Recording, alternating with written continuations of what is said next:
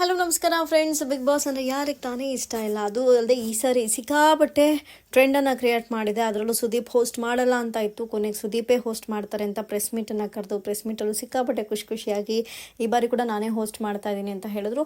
So ಇದೆಲ್ಲ ಆದಮೇಲೆ ಅವ್ರು ಬರ್ತಾರೆ ಅನ್ನೋ ಕಾಂಟ್ರವರ್ಸಿಗಳು ಅಥವಾ ಈ ರೀತಿಯಾದಂತಹ ಒಂದು ಗಾಸಿಪ್ಸ್ಗಳು ಓಡಾಡ್ತಾನೆ ಇತ್ತು. ಅದೆಲ್ಲದಕ್ಕೂ ಕೂಡ ಇವತ್ತು ತೆರೆ ಬಿದ್ದಿದೆ. ಯಾಕಂತ ಹೇಳಿದ್ರೆ ನಾಳೆಯಿಂದ ಅಧಿಕೃತವಾಗಿ ಬಿಗ್ ಬಾಸ್ ಸೀಸನ್ 11 ಆರಂಭವಾಗಿದೆ. ಸೊ ಈ ಬಾರಿಯ ಬಿಗ್ ಬಾಸ್ನಲ್ಲಿ ಲಾಸ್ಟ್ ಟೈಮ್ಸ್ ಎಲ್ಲ ನಾವು ನೋಡಿದಾಗ ತುಂಬ ಡಮ್ಮಿ ಕ್ಯಾಂಡಿಡೇಟ್ಸ್ಗಳನ್ನ ಹಾಕ್ತಾ ಇದ್ರು. ಒಂದಷ್ಟು ಜನ ಇರಿಟೇಟಿಂಗ್ ಕ್ಯಾರೆಕ್ಟರ್ಸ್ಗಳು ಕೂಡ ಇತ್ತು. ಬಟ್ ಈ ಸರಿ ಸ್ವಲ್ಪ ಡಿಫ್ರೆಂಟ್ ಅನಿಸ್ತಾ ಇದೆ. ಯಾಕಂತ ಹೇಳಿದ್ರೆ ಒಂದಷ್ಟು ಜನ ಸೀರಿಯಲ್ ಆರ್ಟಿಸ್ಟ್ಗೆ ಪ್ರಮುಖವಾಗಿ ಹೀರೋಯಿನ್ ಪಾತ್ರ ಮಾಡಿದಂಥವ್ರಿಗೆ ಮಣೆ ಹಾಕಲಾಗಿದೆ. ಅದರಲ್ಲಿ ಇವತ್ತಿನ ಮೊದಲನೇ ಕಂಟೆಸ್ಟೆಂಟನ್ನು ನೋಡೋಕೆ ಹೋದರೆ ಗೌತಮಿ ಜಾವೇದ್, ಅಂದರೆ ಸತ್ಯ ಸೀರಿಯಲ್ನಲ್ಲಿ ಹುಡುಗನ ಗೆಟಪ್ಪಲ್ಲಿ, ಆಮೇಲೆ ಖಡಕ್ ಪೊಲೀಸ್ ಆಫೀಸರ್ ಗೆಟಪ್ನಲ್ಲಿ ಮತ್ತು ಮುದ್ದಿನ ಒಂದು ಸೊಸೆಯಾಗಿ ಕಾಣಿಸ್ಕೊಂಡಂತಹ ಗೌತಮಿ ಜಾಧವ್ ಅವರು ಈ ಬಾರಿಯ ಮೊದಲ ಸೀಸನ್ 11ನ ಮೊದಲ ಕಂಟೆಸ್ಟೆಂಟ್ ಆಗಿ ಮನೆಯೊಳಗೆ ಈಗ ಆಲ್ರೆಡಿ ಎಂಟ್ರಿಯನ್ನು ಕೊಟ್ಟಿದ್ದಾರೆ. ಸೊ ಗೌತಮಿ ಜಾವೇದ್ ಅಂದರೆ ಯೂಶಲಿ ಸತ್ಯ ಅಂತಲೇ ಗುರುತಿಸಲ್ಪಡುವಂಥ ಒಂದು ಕ್ಯಾರೆಕ್ಟರ್ ಅಂತ ಹೇಳ್ಬೋದು.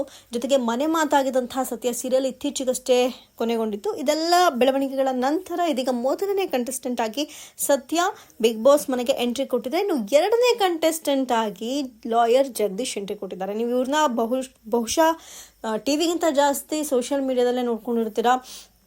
ಜೊತೆಗೆ ಸೋಷಿಯಲ್ ಮೀಡಿಯಾದಲ್ಲಿ ಒಂದಷ್ಟು ವಿಚಾರವಾದಿ ಥರ ಮಾತಾಡ್ತಾ ಇದ್ರು, ಒಂದಷ್ಟು ಕಾಂಟ್ರವರ್ಸಿಗಳನ್ನ ಕ್ರಿಯೇಟ್ ಮಾಡ್ಕೊಳ್ತಾ ಇದ್ರು. ಅದಾದ್ಮೇಲೆ ಹುಷಾರಿಲ್ಲ ಅಂತ ಒಂದಷ್ಟು ದಿನ ಹೈಡ್ ಆದರೂ ಈಗ ಮತ್ತೆ ಕಮ್ ಬ್ಯಾಕ್ ಆಗಿತ್ತು ಸೋಷಿಯಲ್ ಮೀಡಿಯಾದಲ್ಲಿ. ಆದರೆ ಇದೀಗ ಮತ್ತೆ ಅವ್ರನ್ನ ನಾವು ನೋಡಬಹುದಾಗಿರುವಂತಹ ಜಾಗ ಅಂದರೆ ಬಿಗ್ ಬಾಸ್ ಸೀಸನ್ 11. ಇಲ್ಲಿ ಇವರು ಎರಡನೇ ಕಂಟೆಸ್ಟೆಂಟ್ ಆಗಿ ಈಗಾಗಲೇ ಮನೆಯೊಳಗೆ ಎಂಟ್ರಿಯನ್ನು ಕೊಟ್ಟಿದ್ದಾರೆ. ಸೊ ಸಿಕ್ಕಾಪಟ್ಟೆ ಕಾಂಟ್ರವರ್ಸಿಯಲ್ ಅಂತಲೇ ಹೇಳ್ಬೋದು. ಯಾಕಂದರೆ ಎನಿ ಟೈಮ್ ಇವರು ಬಹಳಷ್ಟು ಖ್ಯಾತಿಯನ್ನು ಪಡ್ಕೊಂಡಿರೋದೆಲ್ಲಪ್ಪ ಅಂತ ಹೇಳಿದ್ರೆ ಎಲ್ಲ ವಿಚಾರಗಳಲ್ಲೂ ಕೂಡ ಕಾಂಟ್ರವರ್ಸಿಯಿಂದನೇ ಹೈಲೈಟ್ ಆಗಿ ಕಾಣಿಸ್ಕೊಂಡಿರುವಂಥ ಲಾಯರ್ ಜಗದೀಶ್. ಸೊ ಇವರು ಎರಡನೇ ಕಂಟೆಸ್ಟೆಂಟ್ ಆದರೆ ಮೂರನೇ ಕಂಟೆಸ್ಟೆಂಟ್ ಯಾರಪ್ಪ ಅಂತ ನೋಡೋದಾದರೆ Chaitra Kundapura. So Hindu fire brand ಅಂತಲೂ ಕರೆಸ್ಕೊಳ್ತಾ ಇದ್ರು. ಜೊತೆಗೆ ಬಹಳಷ್ಟು ಫೇಮಸ್ ಆಗಿದ್ದಂಥ ಭಾಷಣಗಾರ್ತಿ, ಅತ್ಯದ್ಭುತವಾಗಿ ಭಾಷಣಗಳನ್ನ ಮಾಡ್ತಾ ಇದ್ರು. ಆದರೆ ಇತ್ತೀಚೆಗೆ ಅಂದರೆ ಕಳೆದ ವರ್ಷ ಎಂಡಿಂಗಲ್ಲಿ, ಅಂದರೆ ಇದಕ್ಕೆ ಒಂದು ವರ್ಷದ ಸರಿಯಾದ ಹಿಂದೆ ಈಕೆಯೂ ಕೂಡ ಬಹಳಷ್ಟು ಟ್ರೋಲ್ಗೆ ಗುರಿ ಆಗಬೇಕಾಗಿತ್ತು. ಅದಾದ ನಂತರ ಜೈಲ್ಗೆ ಹೋಗಬೇಕಾಗಿತ್ತು. ಯಾಕಂತ ಹೇಳಿದ್ರೆ ಒಂದಷ್ಟು ಕೋಟಿ ವಂಚನೆ ಪ್ರಕರಣದಲ್ಲಿ ಚೈತ್ರ ಕುಂದಾಪುರ ಅರೆಸ್ಟ್ ಆಗಿದ್ರು. ಅದಾದಮೇಲೆ ಕುಂದಾಪುರ ಅನ್ನುವಂಥ ಹೆಸರನ್ನು ಸೇರಿಸಬಾರ್ದು ಅಂತ ಕೋರ್ಟಿಂದ ಸ್ಟೇ ಕೂಡ ತಂದಿದ್ರು. ಸೊ ಈ ರೀತಿಯಾದಂಥ ಹೆಸರನ್ನು ಸಂಪಾದನೆ ಮಾಡ್ಕೊಂಡಿದ್ರು. ಜೊತೆಗೆ ಒಳ್ಳೆಯ ಹೆಸರನ್ನು ಸಂಪಾದನೆ ಮಾಡ್ಕೊಂಡಂಥ ಚೈತ್ರ ಕುಂದಾಪುರ ಒಂದಷ್ಟು ಜಾಸ್ತಿನೇ ನೆಗೆಟಿವನ್ನು ಸಂಪಾದನೆ ಮಾಡ್ಕೊಂಡು ಅದಾದಮೇಲೆ ಜೈಲಿಂದ ಹೊರಗಡೆ ಬಂದಮೇಲೆ ಹೈಡಲ್ಲಿದ್ದರು.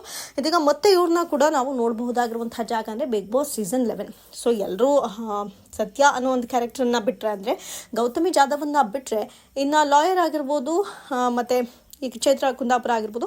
ಸೊ ಇವರಿಬ್ಬರು ಕೂಡ ತುಂಬಾ ವಾದಗಳನ್ನ ಮಾಡ್ಕೊಳ್ಳುವಂತಹ ಕ್ಯಾರೆಕ್ಟರಿಸ್ಟಿಕ್ಸೇ.